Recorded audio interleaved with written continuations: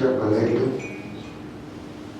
cela fait un moment que nous attendions des communications de la Direction nationale du contrôle, surtout du contrôle de la commande publique. La Direction nationale du contrôle financier, nous nous sommes déjà frottés à une reprise au CASEP. C'est là où nous avons, au César du CASEP. Nous avons déjà fait la connaissance de M. Cotto. Et donc, ça fait un moment qu'on programmait d'avoir des communications de la Direction nationale du contrôle de la commande publique et du contrôle financier. On va, comme le contrôle de la Direction nationale du contrôle de la commande publique est programmé avant la Direction nationale du contrôle financier, nous allons donner la parole à la Direction nationale du contrôle de la commande publique. En ce qui me concerne moi-même, je connais les deux directeurs. Et donc, nous attendons beaucoup d'éclaircissements de votre part. Vous avez la parole. Vous citez tous, mais je sais qu'à partir du moment où nous avons cité M. le maire, cela suffit largement pour couvrir tout le monde ici. Moi, je suis Racidi Choumaïla, le directeur national du contrôle de la commande publique. Je voudrais remercier M. le maire pour cette invitation et vous dire aussi que c'est avec un grand plaisir que nous nous sommes déplacés pour échanger avec la commune du Golfe 4, comme l'objet même de la lettre d'invitation l'indiquait, que c'est une invitation pour une séance d'échange avec le conseil municipal. C'est vrai que dans le corps de la lettre, il nous est demandé de faire une communication sur la gestion et l'exécution des marchés publics. Nous avons une présentation PowerPoint qui peut faire une quarantaine de diapositives qui couvre depuis l'expression des besoins dans les marchés publics, la budgétisation de ces besoins, la planification de ces besoins en plan de passation des marchés, l'élaboration des dossiers d'appel à concurrence. Je sais qu'on est un peu nombreux quand même dans la salle, mais en faisant peut-être un tour de table rapidement pour que chaque participant nous dise s'il est impliqué dans la gestion des marchés publics à la commune ou pas. Donc déjà, on voudrait vous connaître et vous nous dites qu'est-ce que vous faites dans la gestion des marchés publics. Je pense qu'en 30 secondes rapidement, chacun peut faire cet exercice. Et à la suite de cela, la direction voudrait maintenant recueillir quelles sont les difficultés que la commune du Golfe 4 rencontre dans l'exécution. Le thème tel que libellé, les difficultés que la commune rencontre dans la gestion et dans l'exécution. Si nous avons été invités, nous supposons que c'est parce que tout ne se passe pas comme on le souhaite ou bien il y a des choses à améliorer par rapport à ce qui se gère actuellement. Voilà la proposition que je voulais faire pour dire que bon, ça nous intéresse quand même de connaître nos interlocuteurs, peut-être si ce n'est pas tout le monde, une, deux, trois personnes, pour nous dire quel est le niveau d'implication de ces personnes. Parce que c'est en fonction du public cible que nous avons en face que nous voyons, nous passons notre communication. Si je suis en présence des membres de la cellule de gestion des marchés publics, je saurai quel langage tenir parce que je sais les difficultés qu'ils peuvent rencontrer. Monsieur le maire, merci à vous, les membres du conseil municipal. Moi, je m'appelle Yatan Komi Akako. Je suis le directeur national du contrôle financier. Je suis venu à cette séance avec M. Corto en BTP, directeur des opérations budgétaires à la direction nationale du contrôle financier. Dans l'exécution de ces marchés, je crois que ça nous serait vraiment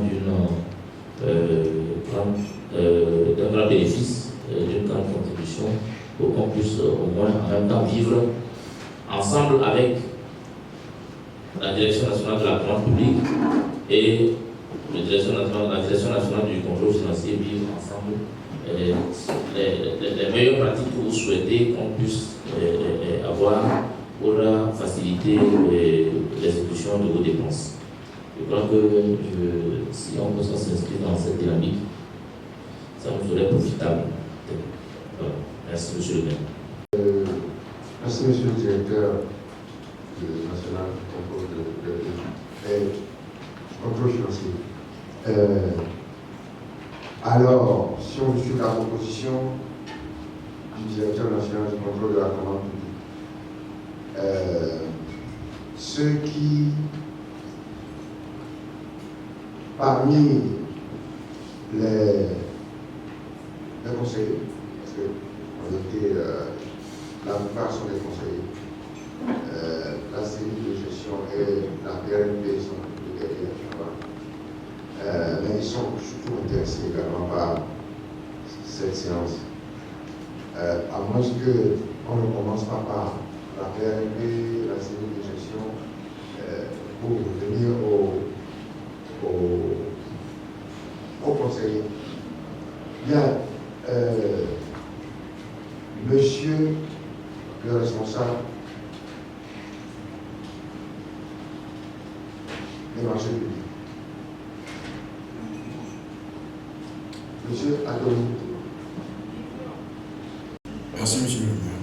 Et je suis Anton Epoulacé, je suis personne responsable des marchés publics de la commune Golfe 4. Je suis en charge de la coordination de tout ce qui concerne la passation, l'exécution des marchés publics. Merci beaucoup.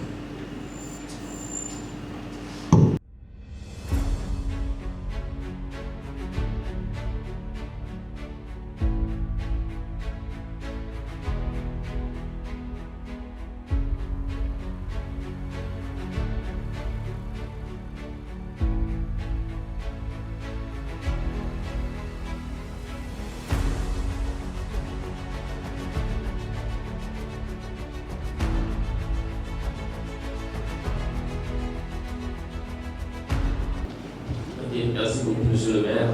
Merci à tous les intervenants pour vraiment la pertinence des interventions que vous venez de relever. Je vous remercie également pour votre patience au niveau de la commune de Golfe 4. La patience est vraiment toute cette considération que vous avez pour nous. Parce que nous ajoutons certains dossiers. Vraiment, c'est comme si on faisait de la redondance. La DNCCP a ses attributions. Le contrôle financier également a des leurs. Nous avons comme attribution également le contrôle des prix. Le contrôle des prix et nous sommes tenus responsables de cela. Et l'outil que nous tous nous appliquons, la DNCCP comme la Direction nationale du contrôle financier, c'est le répertoire des prix. Mais force est de constater que dans le répertoire des prix, tous les articles ne sont pas renseignés. Tous les articles ne sont pas renseignés. Et pour ce faire, on procède peut-être à des recherches où on peut trouver l'information juste pour au moins se situer dans la situation normale, pour ne pas exagérer. Donc parfois même, on peut aller sur Internet demander des prix à l'extérieur et on ajoute une marge pour avoir les prix du fret et avoir aussi quelque chose d'économie pour le prestataire. Donc, et lorsqu'on n'a pas de ces articles renseignés dans le répertoire des prix, nous profitons de ces moments pour réviser le répertoire des prix. Ce qui fait qu'à chaque fois, vous allez voir que pour certains prix, il y a des soucis et nous essayons d'apporter des ajustements. Mais nous sommes en train d'y travailler avec la Direction nationale du contrôle de la commande publique pour que nous puissions parler le même langage et éviter qu'à l'avenir, on ait le cerf de redondance là qui viennent et les pipons que nous allons rencontrer au fur et à mesure que nous puissions essayer d'aplanir cela. Donc, nous essayons de travailler là-dessus. Mais, pour certains prix, vraiment, c'est vrai que le travail a été fait en amont avec la DCCP. Mais nous n'allons pas jusqu'à augmenter ces prix, mais nous les revoyons un peu à la baisse par rapport à certaines choses, par rapport à certaines réalités aussi. Qu'est-ce qui explique les va-et-vient? Les va-et-vient s'expliquent du fait qu'il y a un problème quelque part. Et il faut que les responsabilités soient situées. Pour chaque celui qui soumet le dossier, celui qui n'a pas soumis le dossier complet, ça amène le contrôleur à rejeter ou bien à dire allez compléter ceci avant que je le valide. Ou bien la faute peut aussi provenir du contrôleur qui peut-être demande quelque chose qui pose problème, c'est pour ça qu'il y a des va-et-vient. Je pense qu'à ce niveau, il faut qu'on fasse examen de conscience et que chacun fasse bien son travail. Je dis, le contrôle n'est pas secret. Il n'est pas confidentiel non plus.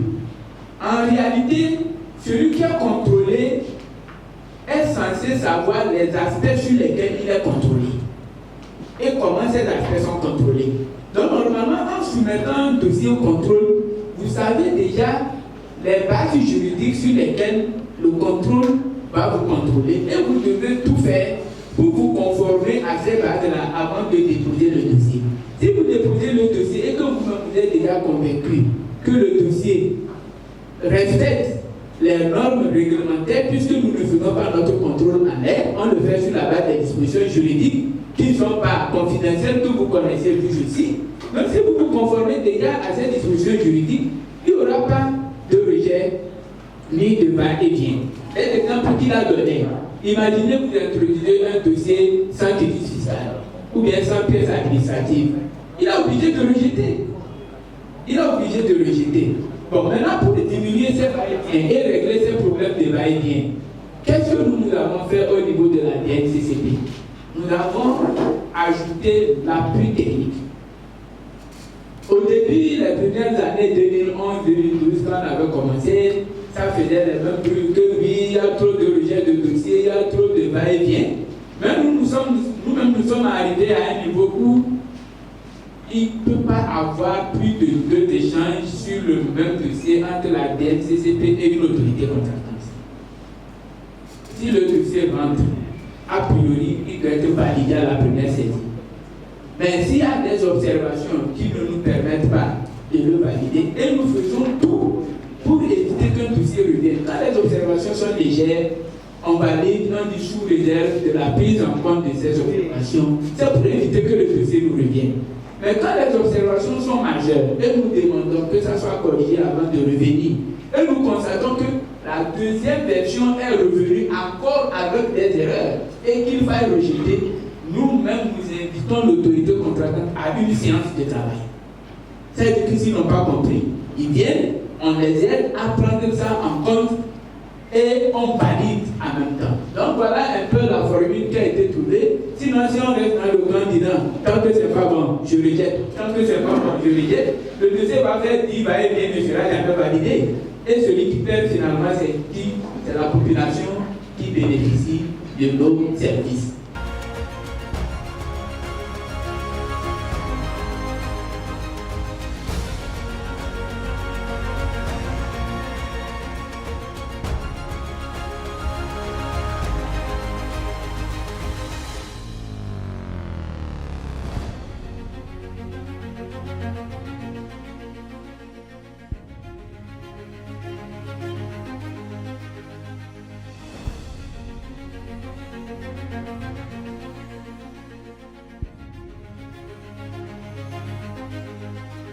Merci, monsieur le maire, de m'avoir donné la parole. Je suis Abedon Manami Isabelle, premier adjoint au maire, précédemment personne responsable des marchés publics, jusqu'à l'année dernière où, avec les nouveaux tests, les remplacements ont été effectués. Je voudrais remercier les premiers responsables des deux institutions, notamment la Direction nationale du contrôle de la commande publique et la Direction nationale du contrôle financier, d'avoir fait eux-mêmes le déplacement pour discuter avec nous, échanger avec nous et aplanir les problèmes peut-être que nous pouvons identifier entre notre collaboration. Finalement, d'une manière ou d'une autre, qu'on intègre la Direction nationale du contrôle financier dans la chaîne des marchés publics, parce que quoi qu'on dise, elle intervient. Et elle intervient tant en amont qu'en aval.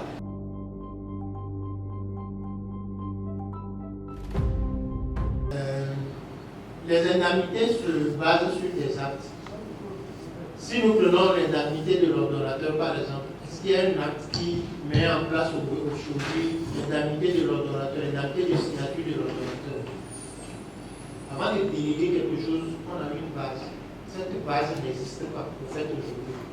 C'est pourquoi quand on a introduit l'indemnité des délégations de signature, nous sommes posé une question. Je vais m'arrêter là, je vais compléter après. Après viennent les indemnités, les étreintes et autres. Il y a un travail que nous avons demandé au contrôle financier au DAF de faire. C'est quoi le travail? Une base juridique permet au contrôleur financier d'agir. C'est le contrôle. Le contrôle se fait par rapport à un acte. Donc nous faisons toujours notre contrôle par rapport à un acte. Si l'acte n'existe pas, on demande de mettre en place l'acte. C'est pourquoi vous allez voir, il y a certains projets qui viennent, qui vous disent prenez une décision pour mettre en place la prime, l'indemnité ou l'acte que vous voulez faire. La décision peut émaner d'une délibération du conseil. Parce que le niveau au fait, de dégradation est plus élevé que l'exécutif ne peut pas prendre cette décision.